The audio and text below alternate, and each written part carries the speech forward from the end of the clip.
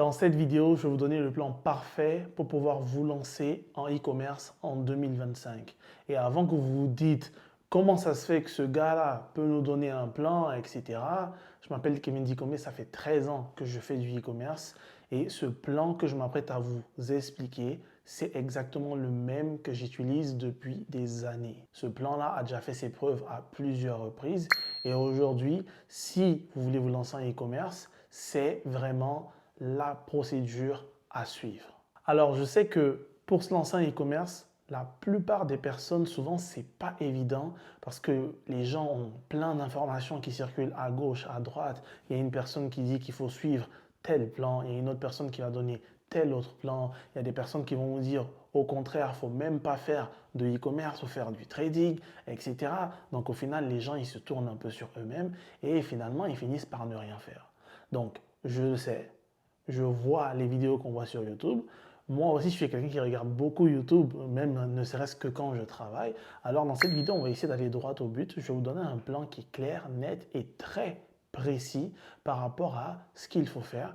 Ce plan-là va être divisé en 7 étapes qui sont cruciales. Et aussi, ce que j'aimerais bien vous faire comprendre, c'est qu'en e-commerce, il faut vraiment être intentionnel, comme dans n'importe quel business d'ailleurs. Quand on fait quelque chose et qu'on veut aller quelque part, il faut vraiment mettre de l'intention derrière ce qu'on est en train d'essayer de faire. Donc ces étapes-là, ce n'est pas des étapes qu'on peut interchanger forcément.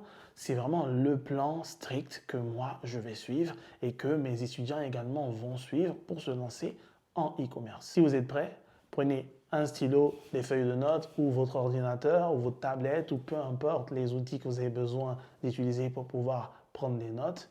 Et c'est parti. On va commencer par la question la plus importante. Qu'est-ce que c'est que le e-commerce? Est-ce que le e-commerce c'est différent du dropshipping? Est-ce que le dropshipping c'est quelque chose de complètement à part, etc. Il y a plein d'informations qui circulent. Il y a plein de personnes qui m'écrivent tout le temps sur Instagram en me posant ce genre de questions-là. Il y en a qui pensent que l'e-commerce même c'est de la crypto, c'est le fait de faire du trading, etc. Bref, on va s'expliquer concrètement qu'est-ce que veulent dire ces deux termes-là et est-ce que ces termes-là sont en opposition ou est-ce que ça s'emboîte parfaitement? Donc, qu'est-ce que c'est que le e-commerce? Le e-commerce, c'est le fait de vendre des biens ou des services en ligne. Maintenant, est-ce que le dropshipping est quelque chose qui n'a rien à voir avec le e-commerce? Est-ce que c'est quelque chose qui est au même niveau que le e-commerce ou est-ce que c'est quelque chose qui est à l'intérieur du e-commerce? Donc, ce que moi je vous dirais, c'est que le dropshipping, ça fait partie du e-commerce. Le dropshipping, c'est juste une manière de fonctionner avec ses stocks lorsqu'on fait du e-commerce. Donc, dans le dropshipping, ce qui va se passer, la particularité, justement, ce qui fait que c'est accessible à pas mal de personnes et qui intéresse beaucoup de gens, c'est que tu n'as pas besoin d'avoir les stocks. Tu n'as pas besoin d'avoir un entrepôt dans lequel tu vas mettre des stocks que tu as achetés au préalable et donc tu auras des frais d'entrepôt, etc. Tu n'as pas besoin d'avoir tout ça. Donc c'est pour ça que les frais d'entrée vont être quand même relativement faibles par rapport à plein d'autres types de business que les gens peuvent lancer. Donc le schéma est très simple. Lorsque tu fais du dropshipping, tu es comme une vitrine. Donc tu es un intermédiaire entre un fournisseur et le client final. C'est-à-dire que on a toi qui repère un produit, qui a monté une boutique, etc. Tu as ta boutique qui s'appelle, je ne sais pas moi, Orange. What? Bro, what are you talking about, man? Alors tu as ta boutique qui est là, qui ensuite va faire de la publicité, attirer de la clientèle. Lorsque tu as un client qui achète sur ta boutique qui s'appelle Orange, tu vas recevoir cet argent-là de la commande, tu vas directement commander avec ton fournisseur exactement l'article que ton client aura commandé et ton fournisseur va se charger d'envoyer directement à ton client sa commande. Donc tu vois que dans cette équation-là, il n'y a aucun moment où le produit en tant que tel passe entre tes mains, où toi tu vas devoir assurer la logistique physiquement, c'est-à-dire aller dans un entrepôt, prendre l'article et ensuite l'emballer et le déposer au bureau de poste. Donc c'est ce qui fait que le dropshipping est intéressant. Mais aussi, dans ce schéma, si tu l'as bien compris, tout ça, ça se passe en ligne et ça implique la vente d'un bien en ligne, ce qui constitue donc du e-commerce. La première étape, c'est la recherche de produits. Alors ici, il y a plein de gens qui vont peut-être te dire de d'abord chercher une niche. Moi, je fonctionne différemment. Je commence d'abord par chercher mon produit gagnant qui répond à certains critères, comme par exemple le fait de répondre à une problématique bien définie, c'est-à-dire que ton produit plutôt, apporte une solution par rapport à un problème que les gens rencontrent. Juste pour illustrer ça, c'est-à-dire par exemple, imaginons qu'il y a des personnes qui vivent seules, qui doivent faire du ménage, mais qui ont par exemple mal au dos. Donc par exemple une brosse motorisée qui va aider à nettoyer la salle de bain, etc. Et ne pas mettre beaucoup forcément de pression sur le dos de la personne parce qu'il y a un manche qu'on peut étendre, etc. C'est quelque chose qui répond à une problématique pour un certain groupe de personnes. Bien sûr, là, comme vous avez compris, ton produit, il peut être niché, c'est-à-dire qu'il peut être ancré dans une niche de personnes d'un certain âge et qui, arrivés à un certain âge, peuvent développer certaines maladies, certains maux, c'est-à-dire au dos, aux articulations, les rhumatismes, etc. Et c'est des personnes qui, soit elles ou leurs enfants ou leurs petits-enfants, en voyant ce genre de produit-là, vont directement passer à l'action. Parce que dans ce cas-là, tu sais, ça peut être des personnes qui sont passionnées, mais dans ce cas-là, c'est des personnes qui sont passionnées par leur grand-mère, par exemple. Et leur grand-mère a besoin de ce produit-là. Donc, c'est une niche de personnes qui est passionnée par le problème ou bien par la problématique que ce produit-là vient répondre. Donc, si on récapitule, ton produit, il doit avoir une problématique à laquelle il va répondre. On doit retrouver dans la niche dans laquelle ton produit va s'implanter des personnes qui vont être passionnées ou qui auront une vraie motivation pour passer à l'action. Ton produit doit avoir une composante wow qui va faire en sorte que tu te démarques ou ce produit-là se démarque de la concurrence. C'est-à-dire, par exemple, il y a énormément de choses qu'on peut vendre à une personne qui a des rhumatismes, des courbatures, etc. Mais toi, ton produit rajoute une touche de technologie, imaginons. Et cette touche technologique-là va faire en sorte que ton produit il se démarque de ta compétition. Ce produit-là aussi doit avoir une certaine profitabilité parce que bien évidemment, après avoir fait tout ça, là, tout ce qui nous intéresse, c'est quoi? C'est qu'on a envie de faire de l'argent. Donc bien évidemment, il faut que ce produit-là, il puisse être vendu à un certain prix qui pourra faire en sorte que toi, tu sois profitable et que ce produit-là, globalement, apporte une solution à un problème précis. Un autre truc important aussi, c'est que ce produit-là doit être recherché. On va prendre encore le même exemple de la brosse dont je parlais tout à l'heure. Il faut en fait que tu sois sûr que ce type d'article-là soit recherché en ce moment pour les personnes qui sont en train d'avoir ce genre de problème-là. C'est-à-dire, est-ce que les personnes qui sont d'un certain âge, qui ont différentes douleurs aux articulations, au dos, etc., cherchent des produits qui leur facilitent le quotidien?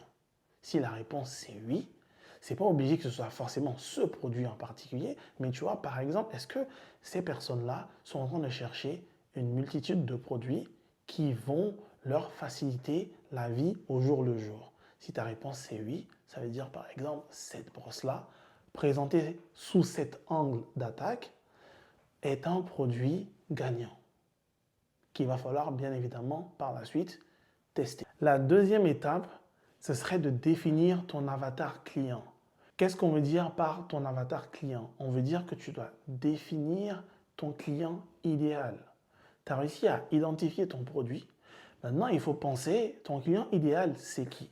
Si on suit le même exemple, ce serait des personnes âgées de tel âge à tel âge, des personnes âgées peut-être qui ont eu, si on va aller encore plus loin, hein, sans forcément essayer de faire des préjugés, etc. Mais peut-être que pour avoir ce genre de douleur-là, qu'est-ce que ces personnes-là ont dû faire dans leur vie? Tu vois ce que je veux dire? Ça veut dire quels sont les emplois que ces personnes ont eus? Quels sont les emplois qui vont créer beaucoup de douleurs au dos, aux articulations, etc.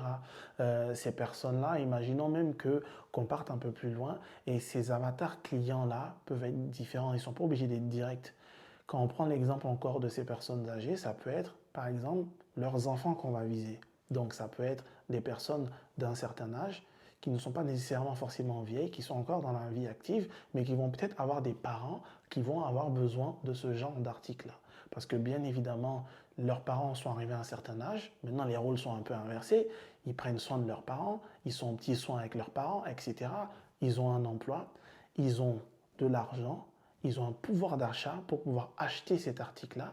Et cet avatar client-là, dans ce cas, on peut en avoir deux, soit les personnes directement qui en auront besoin, ou soit les membres de leur famille qui vont vouloir acheter ces choses-là pour aider leur mère ou leur père à pouvoir mieux aborder la vie seule en tant que retraité, etc., etc., etc. Donc, définir ton avatar client, c'est très important. Pourquoi? Ça va t'aider ensuite pour ton marketing. Ça va aussi t'aider à pouvoir même construire la façade de ton site, c'est-à-dire tu auras pu déterminer qui sont tes clients potentiels, qu'est-ce que ces clients potentiels-là aiment voir, c'est quoi leur vibe, on va dire. Et cette vibe-là, tu vas devoir faire en sorte que ton site internet projette au final cette vibe-là. La troisième étape sera maintenant de te pencher sur ton site internet. Cette étape est très importante parce qu'après avoir trouvé ton produit, après avoir défini quel est ton client idéal, maintenant ce client-là doit arriver à pouvoir accéder à ce produit-là sur un site. Parce que, comme vous vous rappelez, en tant que personne qui fait du dropshipping, tu es une vitrine. Cette vitrine-là est représentée par ton site. Ton site, comme tout ce que tu dois faire depuis le début, doit être intentionnel. Tu dois faire en sorte de donner beaucoup de confiance à la personne qui va arriver sur ton site. Ce qu'il faut te dire, c'est que déjà en 2025, il y a beaucoup d'arnaques, il y a beaucoup de gens qui ont eu de mauvaises expériences avec tout ce qui est achat en ligne. Donc les gens peuvent voir que ton produit est intéressant. Les gens peuvent avoir les moyens d'acheter ton produit, mais au final, en voyant toi, ton site, ils vont essayer directement de te jauger. Donc, ils ne connaissent pas ton site, ils ne sont pas familiers avec le produit, ils ne te connaissent pas, ils ne connaissent pas ton nom de domaine, etc. Donc, bien évidemment, quand eux, ils arrivent, ils vont essayer de valider ce qu'il y a sur ton site. Parce que si on veut, je suis presque sûr que ce n'est pas la première fois qu'ils font des achats en ligne. Donc, ils vont essayer déjà de valider que les informations qui sont sur ton site soient claires. La plupart des gens au jour d'aujourd'hui ne sont pas forcément des experts en e-commerce, en marketing, etc.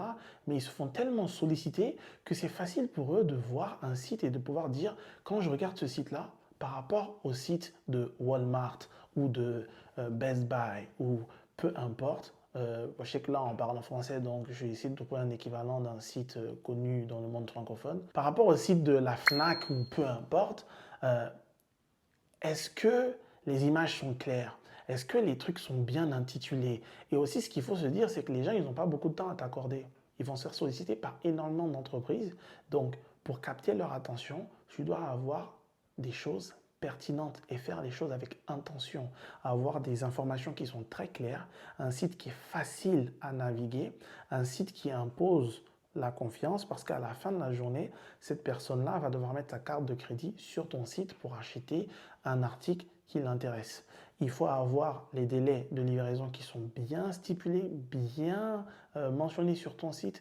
Les liens doivent être facilement retrouvables.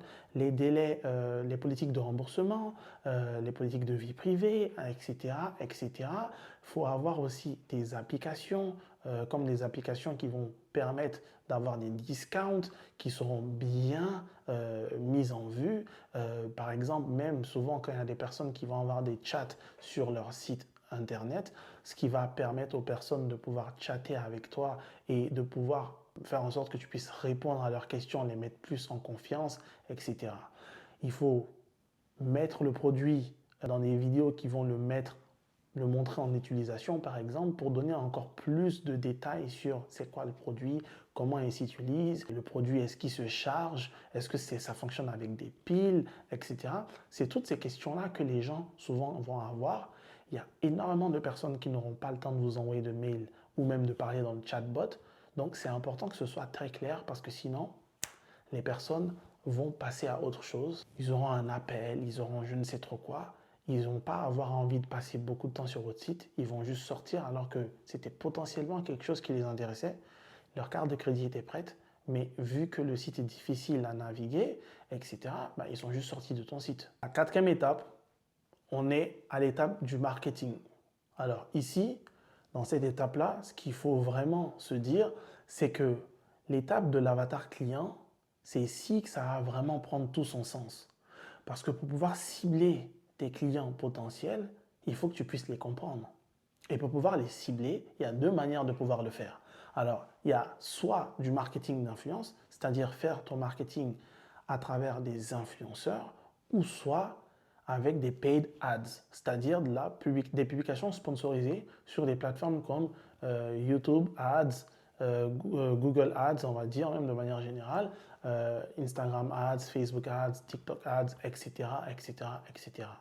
Maintenant, moi, je pense personnellement que les stratégies vont varier selon le produit et la clientèle que tu veux viser. Imaginons par exemple que là, on prend encore mon exemple on va dire, de brosse rotative électrique avec un manche à extension, tu as capté, qu'on peut vendre à des personnes d'un certain âge. Est-ce que la solution, ce serait vraiment de passer par des influenceurs?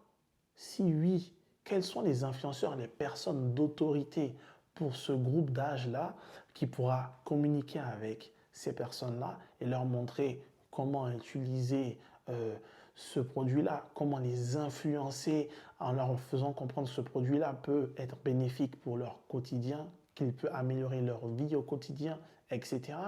Est-ce que c'est plus judicieux de faire ça?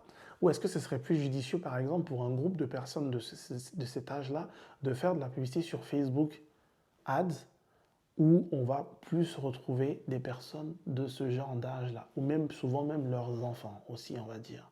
Après, si vous voulez viser les petits-enfants, c'est sûr et certain que tu peux aller sur un truc où on va rencontrer plus de jeunes comme Instagram, TikTok, etc. Mais ce que moi je vous dirais pour les influenceurs, si vous voulez aller sur la voie des influenceurs, c'est-à-dire qu'il faut trouver une personne d'autorité qui peut influencer les personnes que vous voulez rejoindre. Et non, une personne d'autorité, ça ne veut pas dire que la personne a forcément le maximum de followers possible, etc. Beaucoup de gens perdent beaucoup d'argent en faisant ça parce qu'ils se rendent compte qu'ils travaillent avec des influenceurs qui sont hyper connus, mais qui font souvent tellement de marketing que au niveau de l'engagement avec les clients, on va dire du engagement, il n'y en a pas du tout. Les gens sautent leur story, les gens vont swiper à gauche en mode oh non, lui il fait trop de story, encore un placement de produit, encore une promotion, etc. Donc il faut vraiment être sûr que quand tu travailles avec un influenceur, que ce soit une personne d'autorité, mais que ce soit aussi une personne qui réussisse à vraiment actually influencer son public.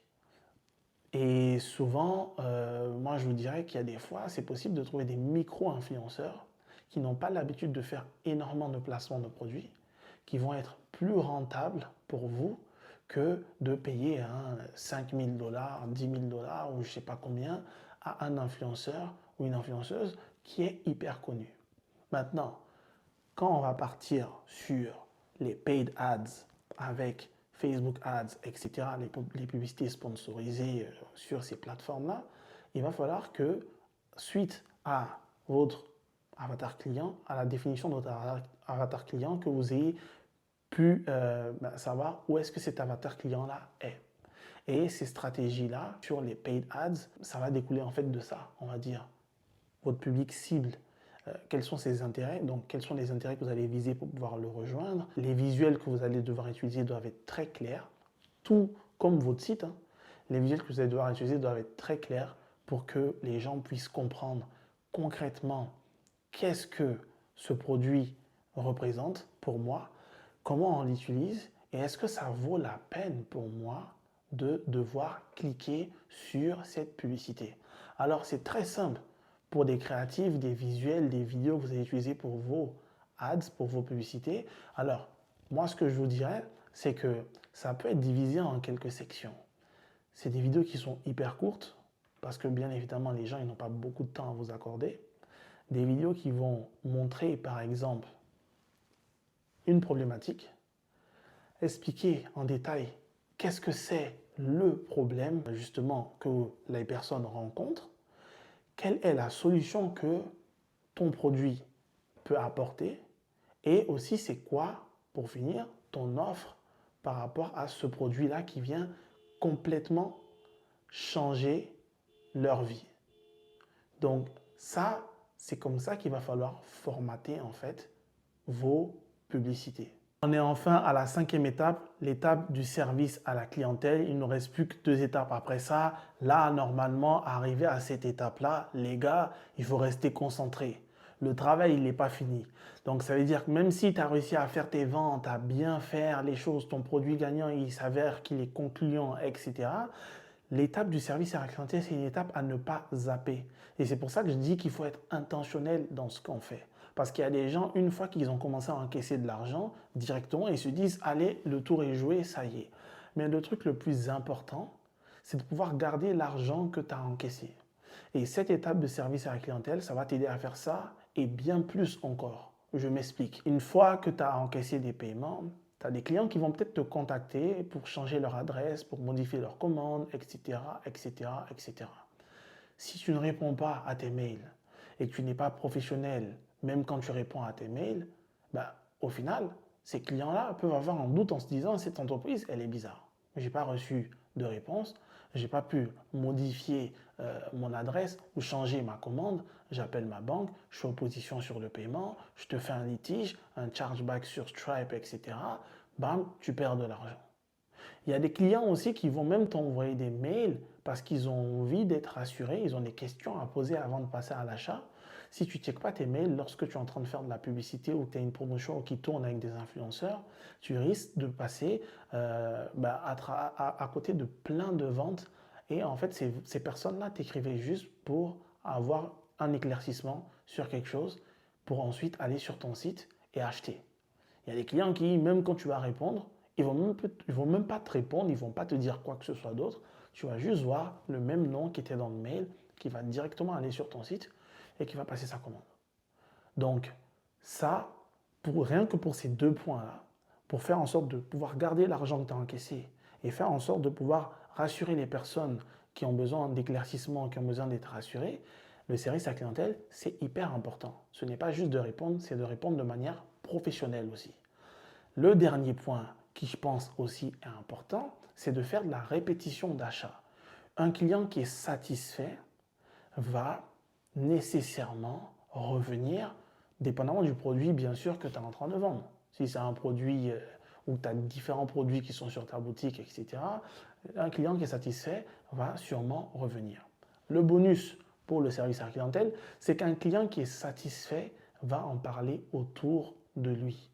C'est-à-dire que ce client-là, qu'est-ce qu'il va faire? Il va juste dire, par exemple, si encore on prend l'exemple de notre brosse, soit la fille du monsieur qui a acheté la brosse pour son père qui vit seul ou bien pour sa mère, etc., on va faire quoi? Elle va donner le même conseil à ses cousins. Elle va donner le même conseil à ses collègues de travail.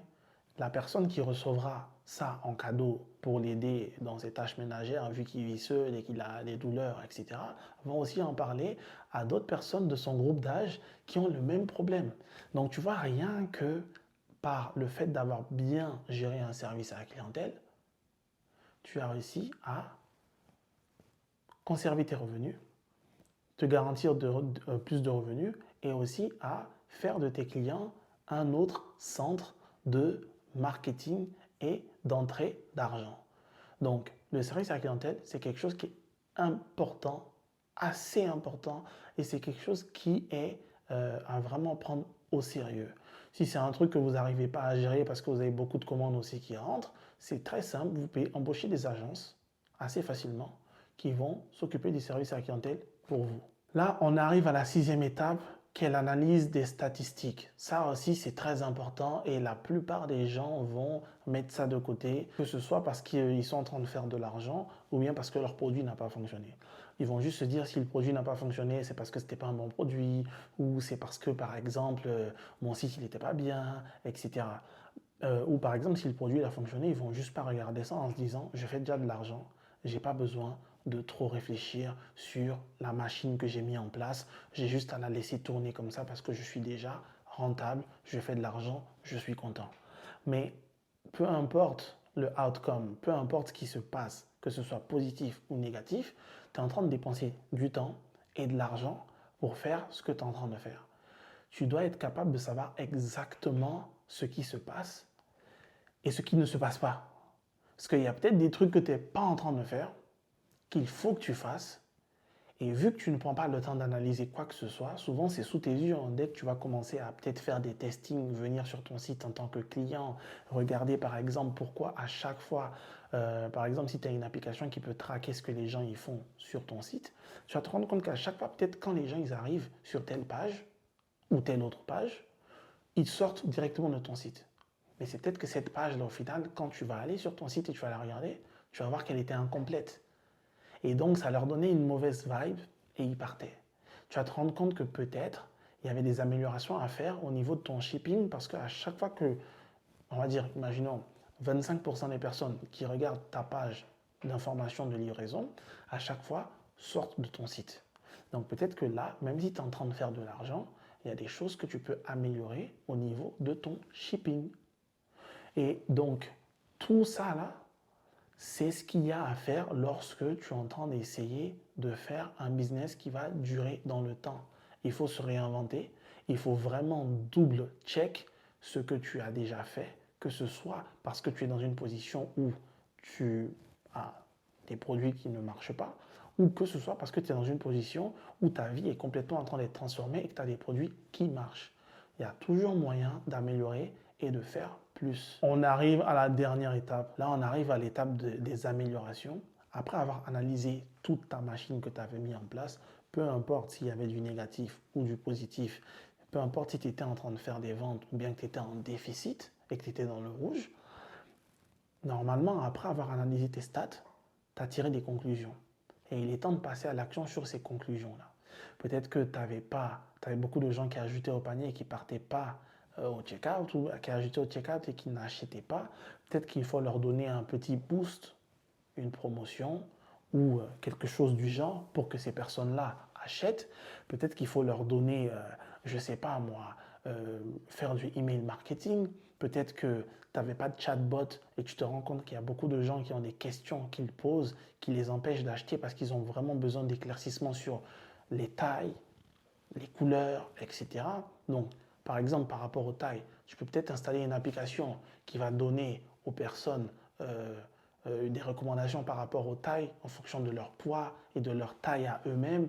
Ah, ok, si tu pèses 95 kg, tu fais 1m70, tu dois porter du M, etc. Donc peut-être qu'en rajoutant des applications comme ça, c'est-à-dire en faisant cette amélioration-là, tu auras beaucoup plus de conversions. En tout cas, il y a des choses à tirer de ça. Et moi, je te dirais que les 3 dernières étapes dont on a parlé, tu pourrais penser que c'est futile, que c'est stupide, que c'est pas quelque chose à prendre en compte, surtout si tu es déjà en train de chiffrer, mais c'est ce qui va faire la différence entre quelqu'un, moi je dirais, qui fait du dropshipping avec des produits à la va-vite, qui gère son entreprise à la va-vite, et quelqu'un qui va faire du e-commerce.